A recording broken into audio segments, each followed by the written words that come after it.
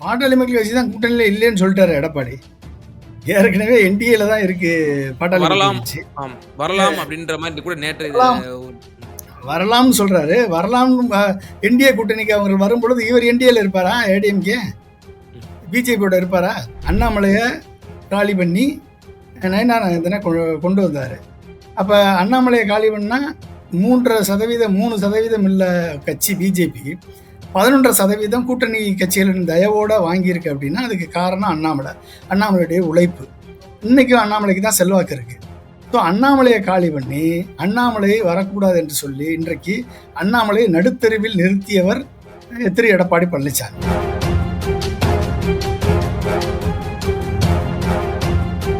கூட்டணி ஆட்சி தான் வேணும்னு அண்ணாமலை சொல்லிட்டு இருக்காரு. அப்ப அங்கேயே ஒரு பிளவு உருவாகி இன்னைக்கு 3% தான் பிஜேபி தான் எடப்பாடி பழனிசாமிக்கு உழைக்கும். மிச்சம் இருக்கக்கூடிய 8% அண்ணாமலை என்ன சொல்றாரோ சீக்கிரட்டா என்ன சொல்றாரோ அதை படி தான் கேட்கும். அப்ப அந்த ஓட்டு போச்சா? ஒட்டு கேட்டு கருவியை வைத்து ராமதாஸ் அவர்களை அவரது பேச்சை ஒட்டு கேட்டிருக்கிறார் என்று அன்புமணி மேல குற்றச்சாட்டு ஏற்பட்டிருக்கிறது.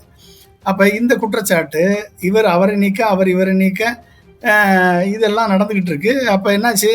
4% வாக்கு உள்ள பாமக இன்றைக்கு 2ஆக பிரிந்து விட்டது.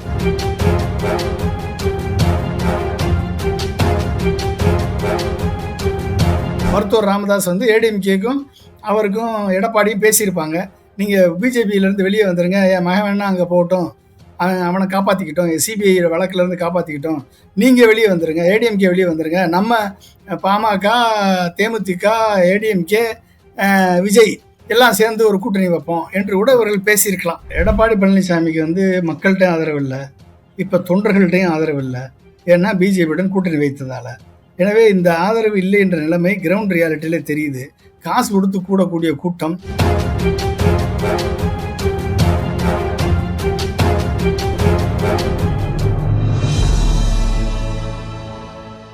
தமிழ் நியூஸ் பார்வையாளர்களுக்கு அன்பு வணக்கம். இன்றைய சிறப்பு நேர்காணலில் நம்மோடு இணைந்திருக்கும் சிறப்பு விருந்தினர் அரசியல் விமர்சகர் மரியாதைக்குரிய திரு பொன்ராஜ் சார் தான் இருக்காங்க. சார் வணக்கம். வணக்கம்ப்பா. இப்போ திரு எடப்பாடி பழனிசாமி அவர்கள் அந்த மக்களை மீட்போம் தமிழகத்தை காப்போம்ங்கிற அந்த பிரச்சாரத்துல ஓப்பனாக பாட்டாளி மக்கள் கட்சி இந்த கூட்டணிக்கு வரும் அப்படின்னு சொல்லி ஒரு பகிரங்கமா சொல்லியிருந்தாங்க. அதன் பிறகு தான் இந்த விசிகாவும் கம்யூனிஸ்டும் எங்க கட்சிக்கு அவங்க கூட்டணியில பாருங்க எவ்வளவு அவமதிக்கப்படுறாங்க, கொடி கம்பத்தை கூட நட்ட முடியல, கம்யூனிஸ்டுகளை எப்படி இழிவுபடுத்துறாங்க அப்படின்ற மாதிரி அவர் பேசுனதை பார்க்க முடிகிறது. இப்போ பாட்டாளி மக்கள் கட்சிக்கு ஓப்பனாக அவர் அழைப்பு விடுத்ததே எடப்பாடி அவர்களுடைய பலவீனத்தை இது காட்டுகிறது. குறிப்பாக 90 சட்டமன்ற தொகுதிகளிலே திமுகவிற்கு ஒரு டஃப் ஃபைட் கொடுக்க வேண்டும் என்று சொன்னால் அதற்கு பாட்டாளி மக்கள் கட்சி அதிமுகவுடன் இருக்க வேண்டும். வன்னியர் பெல்ட்லயா இருக்கட்டும், வட தமிழகத்திலயா இருக்கட்டும், நிச்சயமாக அவருடைய பிரசன்ஸ் இருந்தால் மட்டுமே ஒரு சீட் கன்வர்ஷன் கெப்பாசிட்டி திமுகவுக்கு ஓரளவு ஒரு ஃபைட் கொடுக்க முடியும் அப்படின்ற ஒரு விஷயத்த சொல்லப்படுது.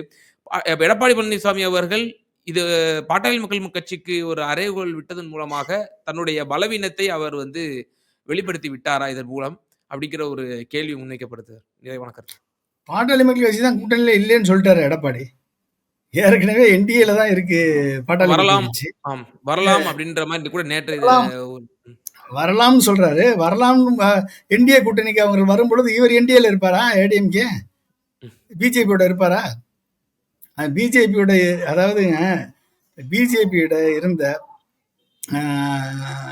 பிஜேபி எல்லா கட்சியும் உடைச்சிச்சு. இவர் பிஜேபியை உடைச்சிட்டாரு. என்ன பண்ணாரு? அண்ணாமலைய காலி பண்ணி நயனாரந்தனை கொண்டு வந்தாரு. அப்ப அண்ணாமலையை காலி பண்ணா 3% இல்ல கட்சி பிஜேபி 11% கூட்டணி கட்சிகளின் தயவோட வாங்கியிருக்கு அப்படின்னா அதுக்கு காரணம் அண்ணாமலையுடைய உழைப்பு. இன்னைக்கும் அண்ணாமலைக்கு தான் செல்வாக்கு இருக்கு. ஸோ அண்ணாமலையை காலி பண்ணி அண்ணாமலையை வரக்கூடாது என்று சொல்லி இன்றைக்கு அண்ணாமலையை நடுத்தெருவில் நிறுத்தியவர் திரு எடப்பாடி பழனிசாமி. அப்ப 11% இருக்கக்கூடிய பிஜேபி கட்சியில கிட்டத்தட்ட 3% உள்ள நயனார் நாகேந்திரன் அவர்களோடு கூட்டணி வைத்திருக்கிறாரே ஒழிய 11 மிச்சம் இருக்கக்கூடிய 8% கொண்டு வந்த அண்ணாமலையோட கூட்டணி இல்லை. அப்ப அண்ணாமலை எப்படி இவர் ஜெயிப்பதற்கு உதவி இருப்பார்? கூட்டணி ஆட்சி தான் வேணும்னு அண்ணாமலை சொல்லிட்டு இருக்காரு. அப்ப அங்கேயே ஒரு பிளவு உருவாகி இன்னைக்கு 3% தான் பிஜேபி தான் எடப்பாடி பழனிசாமிக்கு உழைக்கும். மிச்சம் இருக்கக்கூடிய 8% அண்ணாமலை என்ன சொல்றாரோ, சீக்ரெட்டா என்ன சொல்றாரோ அதப்படி தான் கேட்கும். அப்ப அந்த ஓட்டு போச்சா? 1. 2வது இப்ப பிஜேபி என்ன பண்ணுச்சு? பாமகவுல பிளவு உருவாக்கி பாமகவை 2 ஆக்கிருச்சு. இப்ப பாமக என்னது? ஒட்டு கேட்க கருவியை வைத்து ராமதாஸ் அவர்களை அவரது பேச்சை ஒட்டு கேட்டிருக்கிறார் என்று அன்புமணி மேல குற்றச்சாட்டு ஏற்பட்டிருக்கிறது. அப்ப இந்த குற்றச்சாட்டு இவர் அவரை நீக்க, அவர் இவரை நீக்க இதெல்லாம் நடந்துகிட்டு இருக்கு. அப்ப என்னாச்சு? 4% வாக்கு உள்ள பாமக இன்றைக்கு 2ஆக பிரிந்து விட்டது. எத்தனை சதவீதம் அன்புமணிக்கு போகுது, எத்தனை சதவீதம் ராமதாஸ் போகுதுன்னு தெரியல. ராமதாஸ் பிஜேபிட்ட போனா அன்புமணி விஜய்கிட்ட போவார். அன்புமணி ராமதாஸ் பிஜேபிட்ட போனா மருத்துவர் ராமதாஸ் விஜய்கிட்ட போவார். இதான கணக்கு? இல்லைன்னா என்ன அர்த்தம்? ஏடிஎம்கே தனியா வரணும், பிஜேபி இருந்து வெளியே வரணும், பாமக கூட்டணி வைக்கும். இதான் நடக்கும். மருத்துவர் ராமதாஸ் வந்து ஏடிஎம்கேக்கும் அவருக்கும் எடப்பாடியும் பேசியிருப்பாங்க. நீங்க பிஜேபியில இருந்து வெளியே வந்துருங்க, என் மகன் வேணா அங்க போகட்டும், அவனை காப்பாத்திக்கிட்டோம், சிபிஐ வழக்குல இருந்து காப்பாத்திக்கிட்டோம், நீங்க வெளியே வந்துருங்க, ஏடிஎம்கே வெளியே வந்துருங்க, நம்ம பாமக, தேமுதிக, ஏடிஎம்கே, விஜய் எல்லாம் சேர்ந்து ஒரு கூட்டணி வைப்போம் என்று கூட இவர்கள் பேசியிருக்கலாம்.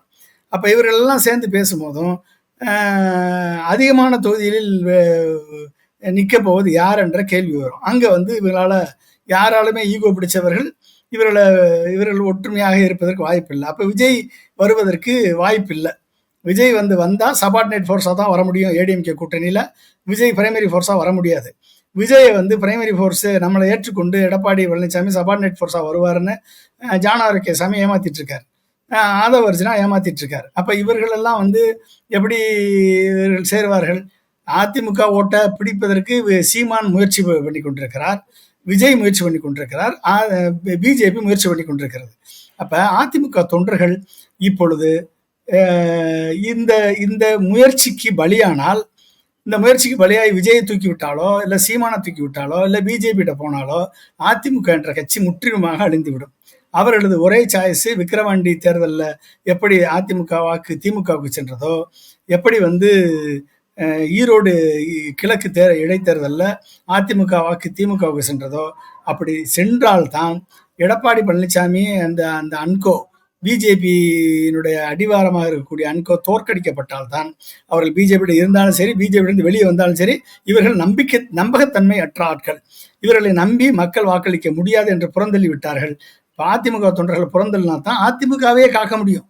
அப்ப அந்த நிலைமை வந்தால் கண்டிப்பாக எடப்பாடி பழனிசாமியின் தகுடுதத்தங்கள், ஆணவங்கள், அகங்காரங்கள் எல்லாம் சுக்குநூறாக நொறுங்கி அதிமுகவை மீட்டெடுக்க வேண்டும் என்று சொன்னால், எடப்பாடி பழனிசாமியும் பிஜேபியுடன் கிரவுண்ட் அண்டர்ஸ்டாண்டிங் வைத்திருக்கக்கூடிய அனைத்து அமைச்சர்களும் தோற்கடிக்கப்பட வேண்டும்.